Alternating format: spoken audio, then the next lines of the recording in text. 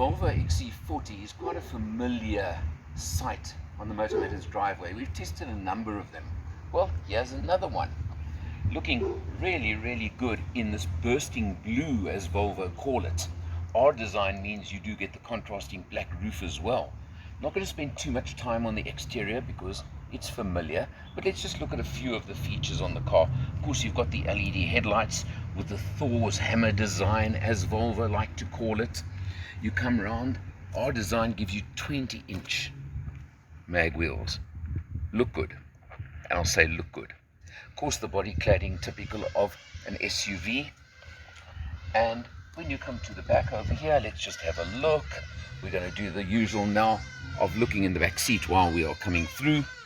You'll see driver's seat set for myself, lots and lots of space. You've got aircon vents in the center there for the backseat passenger, and down below you have got USB connections as well for the back seat. So that's a big plus if you're going to use this for a family or family use in any way. Lots of headroom, of course, being an SUV, and good space, isofix, etc. in the back. So good place to be. Again, you can see it very clearly. You come around to the rear of the car, and of course you've got the interesting design of the tail lights running right up on the side over here, which is very different, and a pretty significant spoiler above the rear hatch. Pop open the boot, which you get, of course, self-opening, and you can see you've got the extra shelf over here, and then below that you've got, again, a space saver spare wheel. I'm not going to say too much, but you've got this nice extra section over here, of course, where you can hide laptops or just a little bit more secure. Volvo give a figure of approximately 480 litres of boot space, so that's pretty significant on the rear over here. And of course you can drop the rear seat, get about 1100 litres of space.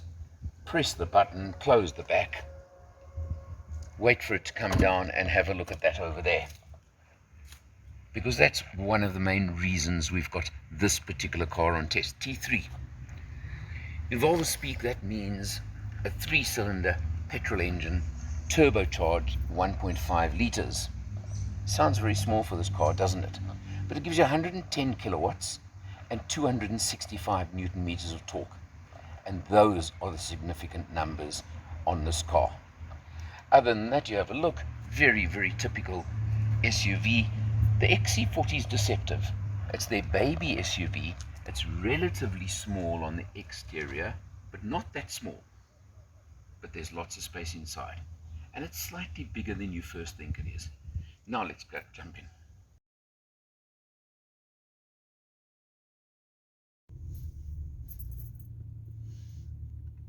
As you start up the car, you'll see that it shows you the TFT instrumentation, the dashboard, which is familiar Volvo, but it gives you all the information you want, and of course shows the safety that Volvo have. But let's look at a few very pertinent figures. You'll see over there, we've done 350.5 kilometers on this test, and fuel consumption of 8.1 liters per 100.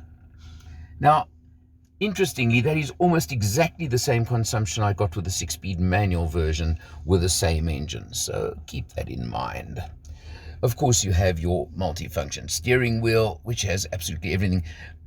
Different in one way, because you've got your sound, controls volume, etc. on this side, and you've got your cruise control on that side. Most cars I test, it's the other way around. It really isn't serious, but just something that I have noticed. And of course, you can press this button over here, and that scrolls on your screen and gives you different information. It's all standard. I'm not going to spend too much time. Of course, you do have all your controls on the door. You've got this carbon type effect over there, and it appears on the dash and in various places as well. And of course, Harman Kardon sound that you get with this car, which is really nice as well. Of course, the dashboard it's interesting. It's not the soft touch you get with many similar cars, but it's certainly beautifully put together, lovely structure, nicely set up. And of course, you've got the Volvo feature of the major woofer behind the dashboard, as opposed to where it normally appears on most other cars. And in the meantime, of course, it's gone onto my phone and done other funny things on the 12-inch touchscreen tablet form. That again is a Volvo staple and very standard for all of the Volvo cars. You know what it's about. I don't have to show you too much of that as well. Come down, of course, you've got air conditioning controls over here and the drive mode button, which when I press it, you look on the screen and you can see your different settings you have on the drive mode, including a rough road or off-road. No, it's not an all-wheel drive. Remember, this is front-wheel drive, but you do have a rough road setting for the vehicle if you want it, just in case you are going onto, I would say, for dirt roads. I have actually just left it in comfort for the entire test. But beyond that, of course, you've got absolutely everything you can possibly want on the screen. You know the Volvo again when it comes to that. Coming down to here is, of course, your 8-speed automatic gearbox. And they've changed it to the forward, backward for drive and reverse. But what I did find quite interesting was it needs 2 movements. I mean, park at the moment. So, for example, I want to go into drive. You take it there, it takes you to neutral, and then a second move to get into drive. Or take it again, 2 moves into reverse. And, of course, you've got the excellent reverse camera. You've got the overhead. You can press buttons for lines or switch off the lines. You can zoom if you want. You've got, of course, cross traffic alert on or off. You've got all those features. Again, that Volvo, you know all the features they're going to give you on a Volvo. So it's safety, safety, safety, pedestrian detection, road sign detection, all of those. There are so many, it's really a lot to tell you about, but I don't think that's the point I'm trying to make. You come back over here, you have got inductive charging for your cell phone over there, and a very neat feature which you can see over here, your phone actually sits very nicely without sliding around, moving around. I found that good. And of course you've got your USB etc. over there, so you've got that very conveniently. Electronic parking brake, stop start, which I kept trying to switch out because they do frustrate a lot of the time, and I don't know why, but on this particular car I seem to have a bit of a problem getting it to function properly. I don't know what it was, I don't want to say, but I found I could not switch it out on this particular test car. Let me simply say that. You've of course got your usual console over there, and you've got an extra piece over here that can lift out, fold out, ashtray or something like that. It's again just generally as it is. Our design also, of course, gives you the sporty type leather covered seats. You can see the excellent bolstering. You've got electric adjustment for the driver, not for the passenger. Sorry, the passenger's kind of a bit second class in this car. Nice contrasting stitching on the seats, which you get on a lot of typical cars, and a nice big panoramic roof for a change. Well, I mentioned the engine, the 3-cylinder, which is interesting. I must be honest, for myself, looking at the fuel consumption, I think I'd go for a D4 version on the XC40, not this one.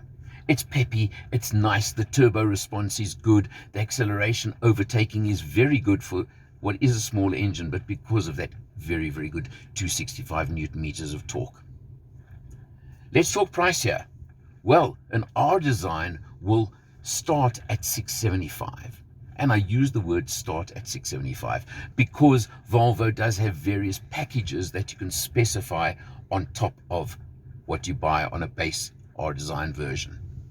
The only other thing I want to comment on the R design is, I said outside those 20-inch wheels. They do give you a bit of a hard ride. And quite honestly, I think if I was going for an XC40, the standard Momentum version comes with 18-inch wheels. It may not look as good, but I do wonder what the ride would be like. I haven't driven one, but I almost wonder whether driving one on 18-inch wheels may not be a little bit more smooth, softer, more comfortable. Something I would like to actually try out. And Volvo, if you're listening, I think it's time you supply me with a car with that option. Whether it's Momentum spec or I don't mind that, but I think I'd like to try it out because I'd like to feel the difference. Overall, we all know Volvo, we know the safety, we know about the 5-year full maintenance plan, 100,000 kilometer maintenance plan you get with a car, the finish, the quality, all those things. And that's why Volvo are selling so many XC40 and XC60 models. That's for a good reason. Another option in the range, Volvo, considering, have quite a lot of options, engine options in this body. This is one. It is nice, it's peppy, it does perform. It's really whether you prefer petrol or diesel. I think that's what it comes down to. For Motor Matters, I'm Eleanor. I'll see you next time.